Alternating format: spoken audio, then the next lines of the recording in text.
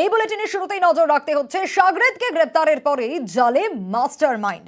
26শে March Mozammel শরীফকে গ্রেপ্তার করা হয় আর জালে তুলেই কেল্লা ফতে এনআইএর। আরো বিস্তারিত জানার চেষ্টা করব। অমিত আমাদের প্রতিনিধি রয়েছেন আমাদের সঙ্গে সরাসরি। অমিত, শাগরেদকে গ্রেপ্তার করা হলো আর তারপরেই জালে এলো মাস্টারমাইন্ড, অর্থাৎ মোজাম্মেল শরীফের কে জালে নেওয়ার পরেই এইভাবে তাদের ট্রেস করা সম্ভব হলো কিভাবে?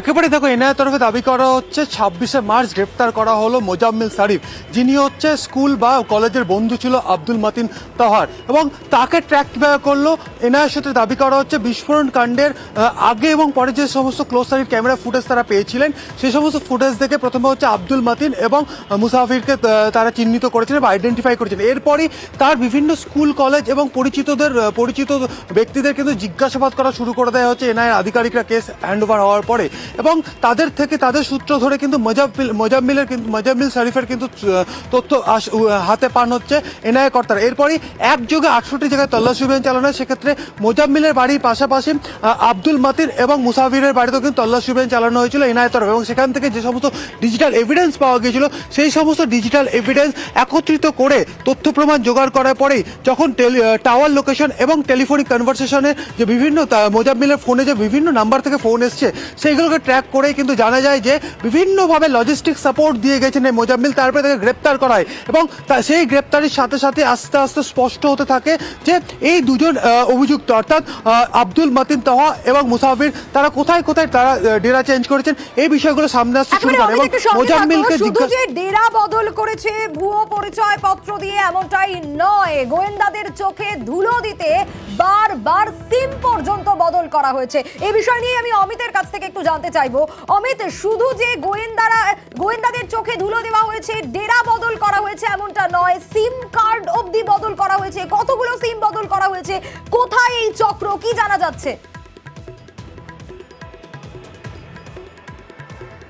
দেখো, কমপক্ষে 12টি সিম বদল করা হয়েছে এমনটা কিন্তু তদন্তকারী আধিকারিকরা দাবি করছেন। যে এনআইএ সূত্র থেকে দাবি করা হচ্ছে এই যে বিস্ফোরণের পরবর্তী সময় অর্থাৎ বিস্ফোরণ ঘটেছে 1 মার্চ, প্রথম দুদিন কর্ণাটকে থাকার পরে তারা যখন কর্ণাটক থেকে বেরিয়ে যাচ্ছেন সেই সময় থেকে পরবর্তী গ্রেপ্তারের আগে পর্যন্ত প্রায় 12টি সিম, কমপক্ষে 12টি সিম তারা ব্যবহার করেছেন এমনটা কি তথ্য আছে। কারণ গতকাল যখন তাদেরকে দীঘা থেকে গ্রেপ্তার করা হয়েছে সেই হোটেল থেকেও বেশ কিছু মোবাইল ফোন তারা বাজেয়াপ্ত করেছেন এবং ডিজিটাল এভিডেন্সের পাশাপাশি একাধিক সিম তাদের কাছ থেকে পাওয়া গিয়েছিল। সেক্ষেত্রে এই সমস্ত সিম তারা ডেরা বদলের সাথে সাথে তাদের সিম কার্ড বদল করেছে এবং এই সমস্ত সিম বদল করেই কিন্তু 26 তারিখে আগে পর্যন্ত মোজাম্মেলের সঙ্গে যোগাযোগ ছিল এবং এই সমস্ত সিম থেকে মোজাম্মেলের সঙ্গে যোগাযোগ করেছিলেন এই তথ্য কিন্তু সামনে এসেছে। সেই জায়গা থেকেই এনআইএর তরফে দাবি করা হচ্ছে যে কমপক্ষে 12টি সিম আব্দুল মতিন তহারা ব্যবহার করেছেন এই তথ্য তাদের কাছে এসছে এবং সেই সমস্ত সিম বিভিন্ন জায়গা থেকে নেওয়া হয়েছে এবং ভুয়ো পরিচয়পত্র দেখিয়ে কিন্তু এই সমস্ত সিম প্রি অ্যাক্টিভেটেড সিম কিন্তু তোলা হয়েছিল এমনটাই কিন্তু বলা হচ্ছে এনআইএর তরফে। বেশ অমিত, সঙ্গে থাকো। এবার দেখানোর চেষ্টা করব যে শুধু সিম কার্ড নয়, সিম কার্ডের পাশাপাশি জঙ্গিদের হাতিয়ার আধার, জাল আধার কার্ডে একের পর এক হোটেলে আশ্রয়, পরিচয় গোপন করতেই আলাদা আলাদা আধার কার্ডের ব্যবহার। জঙ্গিদের সঙ্গী জাল আধার চক্র। শাহনবাজ পটেল ব্যবহার করে মুসাফির। তৃতীয় ডেরা তার ইকবালপুর হোটেল, সেখানেও নাম ভারিয়ে রুম নিয়েছিল মুসাফির হোসেন সাজিব।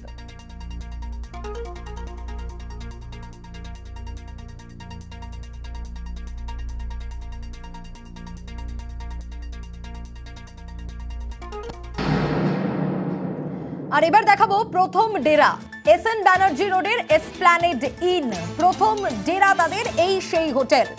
12ই মার্চ এখানেই আত্মগোপন করে দুই জঙ্গি মুসাফির হোসেন সাজিব ও আব্দুল মতিন তোহা। আত্মগোপন করতে ভুয়ো আধার কার্ড, পরিচয়পত্র ব্যবহার করে জঙ্গিরা। ছদ্মনাম ইউশা শাহনবাজ পটেল ব্যবহার করেন, ছদ্মনাম ভিঘ্নেশ বিডি ব্যবহার করেন আব্দুল মতিন তোহা। শিলিগুড়িতে অফিস ট্যুরে যাওয়ার কথা বলেন দুই জঙ্গি। 13ই মার্চ হোটেল থেকে চেক আউট। আর প্রথম হোটেলের পর দ্বিতীয় ডেরা, দ্বিতীয় হোটেল হচ্ছে লেনিন সরণির প্যারাডাইস হোটেল। 13ই মার্চ এখানেই চেক ইন করেন দুই জঙ্গি, মুসাফির হোসেন সাজিব এবং আব্দুল মতিন তোহা। এখানেও আত্মগোপন করতে ভুয়ো আধার কার্ড, পরিচয়পত্র ব্যবহার করেন জঙ্গিরা। আর এখানে ছদ্মনাম ইউসা শাহনওয়াজ প্যাটেল ব্যবহার করেন মুসাফির, ছদ্মনাম আনমোল কুলকার্নি ব্যবহার আব্দুল মতিন তোহার।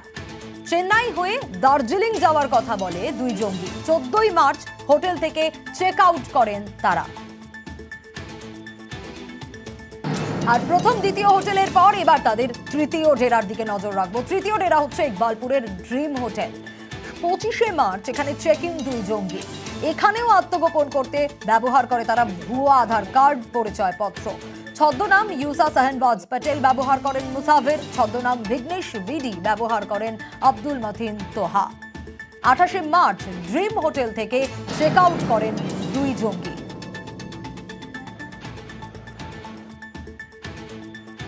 আর এবার ইকবালপুরের হোটেলের সিসিটিভি ক্যামেরায় ধৃত দুই জঙ্গির ছবি। সেই সিসিটিভি ফুটেজ আপনাদের দেখাচ্ছি। ইকবালপুরের হোটেলের সিসি ক্যামেরার ফুটেজ এটা, যেখানে ধৃত এই দুই জঙ্গির ছবি সামনে আসে।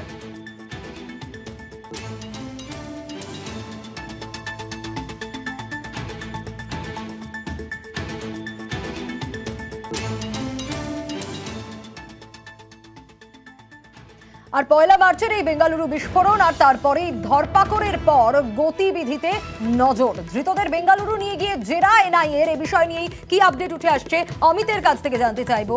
অমিত, এজেন্সি কি জানতে পারছে, কি আপডেট উঠে আসছে এই বিষয়ে?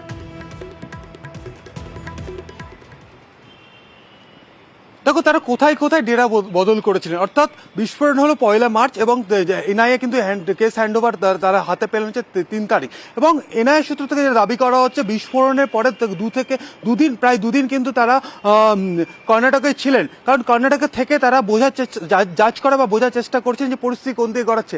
এরপরে যখন ধরপাকড় করা শুরু হলো কর্ণাটক পুলিশের তরফে এবং পরবর্তী সময় এনআইএর তরফে, সেই সময় কিন্তু তারা গা ঢাকা দিতে শুরু করলেন। এনআইএ সূত্রে দাবি করা হচ্ছে তারা চলে গেলেন চেন্নাই থেকে তারা চলে এলেন কলকাতাতে বেশ কিছু ডেরা বদলের পরে ইকবালপুরের যে হোটেলের কথা বা গেস্ট হাউসের কথা বলা হচ্ছে, সেখান থেকে তারা চেক আউট করেন 28শে মার্চ। এবং 28শে মার্চ তারা চেক আউট করার পরে একটি ট্যাক্সি নিয়ে তারা পৌঁছে গিয়েছিলেন হাওড়া স্টেশন সংলগ্ন একটি বাস স্ট্যান্ডে। এবং সেখান থেকে কাথিগ্রামে একটি বাসে তারা চেপে বসলেন এবং কাথি পৌঁছে গিয়েছিলেন। কাথি থেকে কোনোভাবে ট্রান্সপোর্ট চেঞ্জ করে তারা হয়তো দীঘা গিয়েছিলেন। এই তথ্য কিন্তু এখন অবধি সামনে আসে। সেক্ষেত্রে 28শে মার্চ থেকে গতকাল ভোরবেলা যেহেতু গ্রেপ্তার করা হয়েছে, অর্থাৎ 12 এপ্রিল পর্যন্ত এই যে সময়, এই যে ডিউরেশন, এই সময়কালে তারা শুধুমাত্র কি দীঘায় ছিলেন, নাকি দীঘার পার্শ্ববর্তী বিভিন্ন যে জায়গাগুলো রয়েছে সেখানেও তারা গা ঢাকা দিয়েছিলেন, এই বিষয়গুলো কিন্তু তারা তদন্ত করে দেখতে চান। কারণ তাদের কাছে বিভিন্ন তথ্য তাদের কাছে সামনে এসছে। কারণ ডেরা বদলে একাধিক যে তারা ডেরা বদল করেছেন, এই তথ্য সামনে এসে সেক্ষেত্রে দীঘার যে হোটেল থেকে গ্রেপ্তার করা হলো, শুধুমাত্র ওই হোটেলটি নয়, আর কোথায় কোথায় তারা ছিলেন সেইগুলো কিন্তু এই তদন্তের পর্বে বা তদন্তের। ধন্যবাদ অমিত।